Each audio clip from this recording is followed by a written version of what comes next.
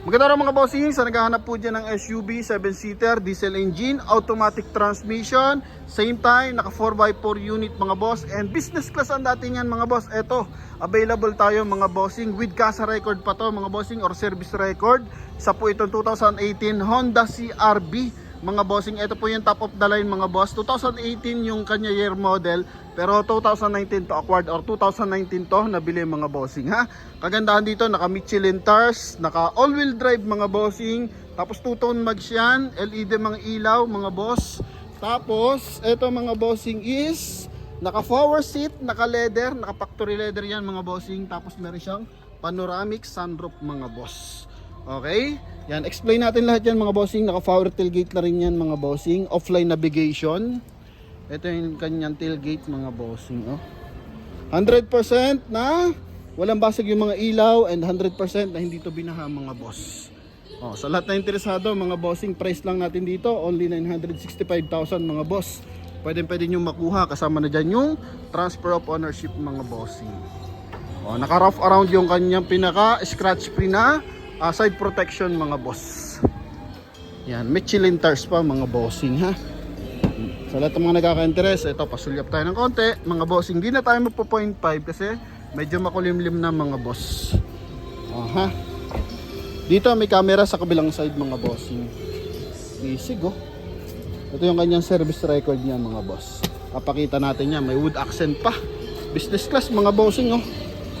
Ang tipid pa sa fuel consumption nito nga mga bossing, kasi 1.6 liters na turbo diesel to. So sa lahat ng nakaka-interest, front area muna tayo. Coding nito is Friday, ending 9 mga boss. Kita mo naman yung kanyang turn signal, napakahaba mga bossing, no? Tapos meron pa siyang daytime running light yung sa baba. So yung pinaka headlight nito mga bossing, naka LED rin. Tapos yun nga, may chrome line yan mga bossing sa front area. Eto. Okay, so malayo pa lang makikita mo na yung elegantness ng ating unit, pati yung kanyang pag light cover mga bossing, or yung pag light housing natin is naka chrome na rin siya mga boss. Tapos meron siyang sensor mga bossing, okay, para blind spot assist yan ng ating driver, para pag may mga sumisingit sa harapan, so nadedetect ng ating driver mga boss. Then meron siyang silver accent dito sa front area. Then ito naman yung ating side protection. Paikot yan mga bossing hanggang doon sa kanyang cladding. Tapos yung kanyang cladding mga boss, meron din siyang chrome line mga bossing, oh. Kaya mapa-side, mapa-harapan. So business class ang datingan, or elegante ang datingan, ha? Yan, R18 na Michelin tires to mga boss. So punta tayo sa loob mga bossing. Check natin kung ano meron dito. Door panel muna tayo mga bossing. Leather, wood accent mga boss. Tapos dito mga bossing is chrome silver ba to mga boss? Palang gray pala mga bossing, oh. Yan, polish gray yung pinaka kulay ng kanyang door opener mga boss. Check natin yung kanyang side mirror. Yan, power adjust yung ating side mirror mga boss. Power fold pala, sorry. And same time, kasama na rin yan yung power adjust mga bossing. Okay, pati dito. Yan, okay. Tapos dito mapapansin mo may mga sensor, switches mga boss. Pero meron siyang switch ng line departure and parking mga bossing. Papasok ba yon? Hindi, hindi sa inyo yun. Okay, sorry, tuloy tayo. Ito naman reverse parking sensor, on and off mga bossing. Tapos ito yung front collision or forward collision system mga bossing, na pwede rin natin i-off din, stability control mga boss, no? Then ito yung ating power tailgate mga boss. Okay, tapos dito muna tayo mga bossing sa ating steering wheel. So naka paddle shift mga boss. Dito yung kanyang may switch dito, meron din dito mga bossing, no? Yan, paddle shift. Tapos check natin yung kanyang meter, cruise control mga bossing. Yan, nakikita naman natin. Okay, so hindi gagana yan kapag di naka seat belt mga boss.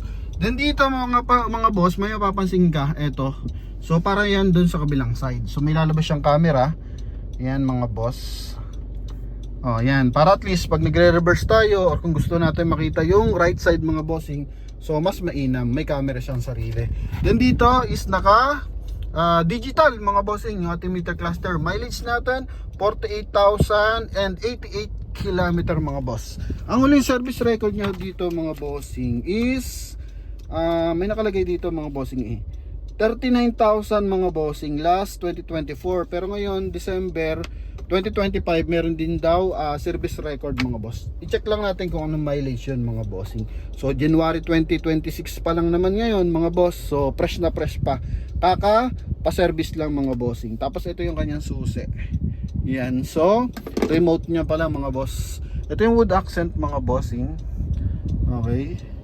Tapos 2 din yung ating monitor mga bossing. Audio video to mga boss. Then yung offline navigation mga bossing ha. Leather na steering wheel, side airbag, bukod dito sa ating steering wheel airbag, tsaka dito sa ating dashboard may airbag din dito. And same time dito sa side natin, ayan oh, meron din siyang airbag mga boss, no? Then may kasama ng kasama na to yung dashcam niya.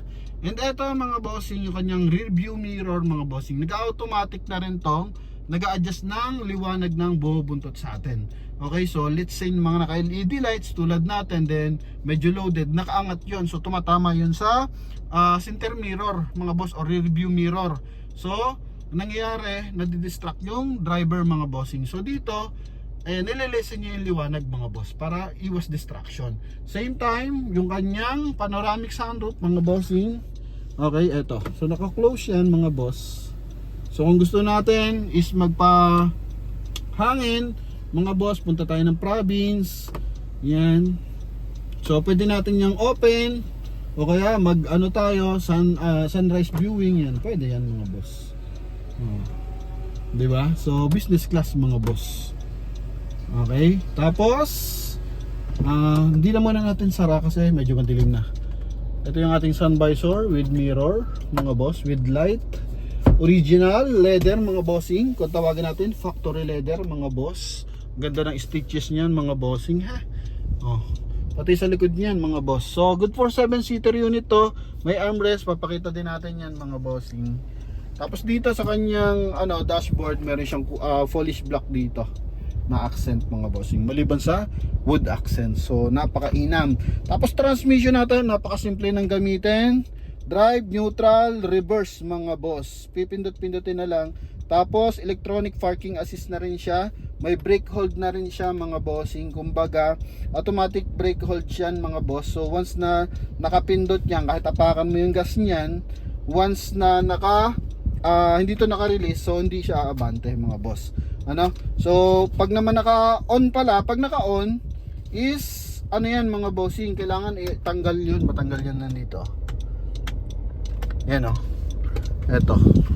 So automatic. Okay, pagganahin natin. Mag-drive tayo mga boss. Yan.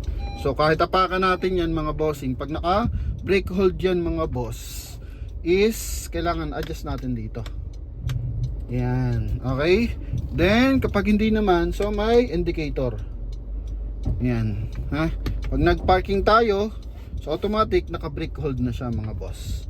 Yan ha.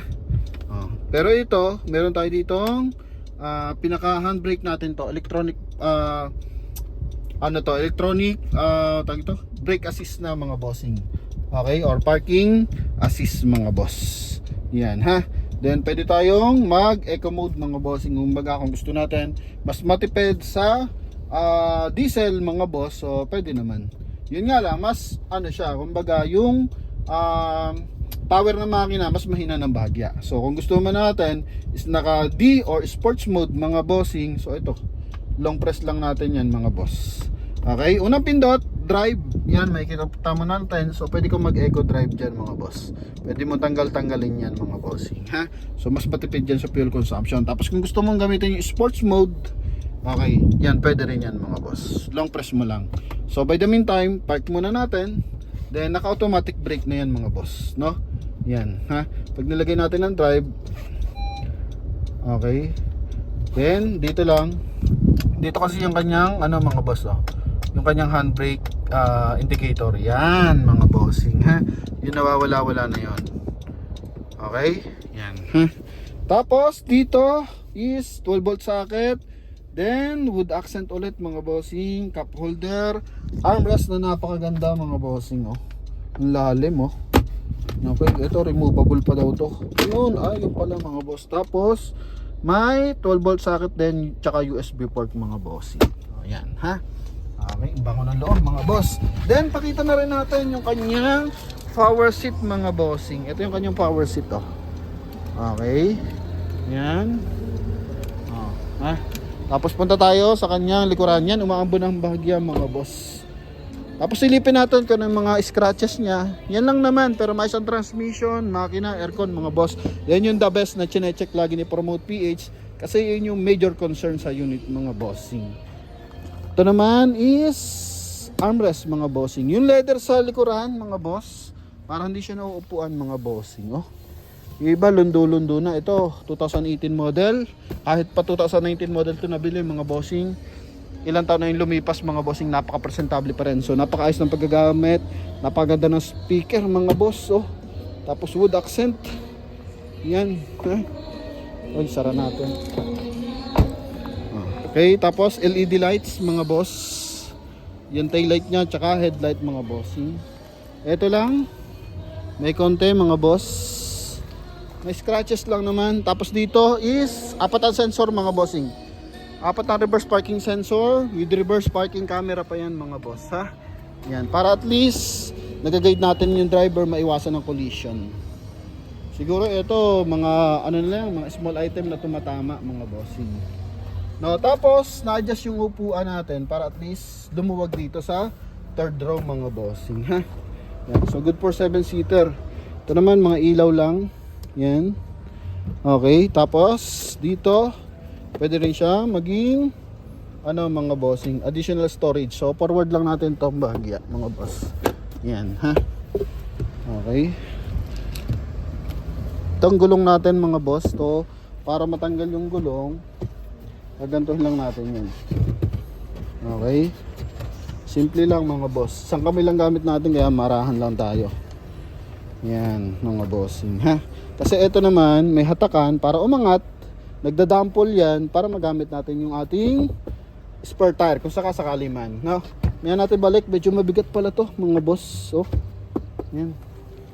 Tapos napakaayos ng kanyang mga ano mga bossing, hydraulic. Yan, oh.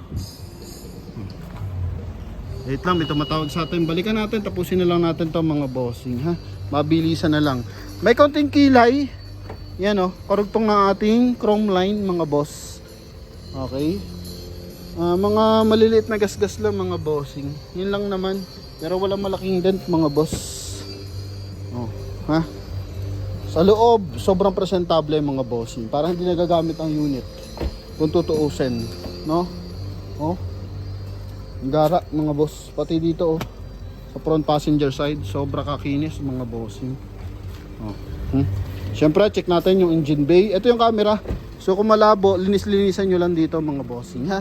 Para lumiwanag, siyempre. Okay. Isig nyan. So, engine bay tayo mga bossing. Makina na ito, medyo maliit lang, 1.6 lang. Pero siyempre, Honda to. And ano na to mga bossing, turbo diesel mga boss. Yan, itong nahanap-hanap mga bossing na napakahaba ng pila naman dito nung panahon mga boss. Yan, ha. Walang tagas yung ating engine bay. Okay, importante yan mga bossing. Tapos naka-Amaron battery mga boss. Oh, ha. Earth Dream Technology mga bossing. Okay. Maliit pero malakas. Yun ang ibig sabihin mga boss. Buo ang mga panel mga bossing. Ito yung kanyang engine, 1.6 liters na diesel to mga boss. Ganda ng timing ng makina, alagang kasa, lahat ng markings meron pa siya mga boss. Oh. Yan, then computer box niya ito, taas. Yan, dito pwede tayo pala mag 0.5. Makita natin. Ito yung turbo niya mga boss. Yan. Alright, so yun mga bossing, sa lahat na nagkaka-interest dito sa ating passion red na Honda CR-V. Ito, huling pasulyap mga boss. Ang kisig niyan mga bossing, ha. Sa lahat ng mga nagsusupport sa atin, thank you very much sa mga ilupalop na mundo. Hoping is makakuha kayo ng mga unit nyo na pinapangarap mga boss. Yan. So pakita lang natin pasiklab ng ating unit ito. So sa mga interesado, tawag na mga bossing. Thank you and bye bye. Thank you.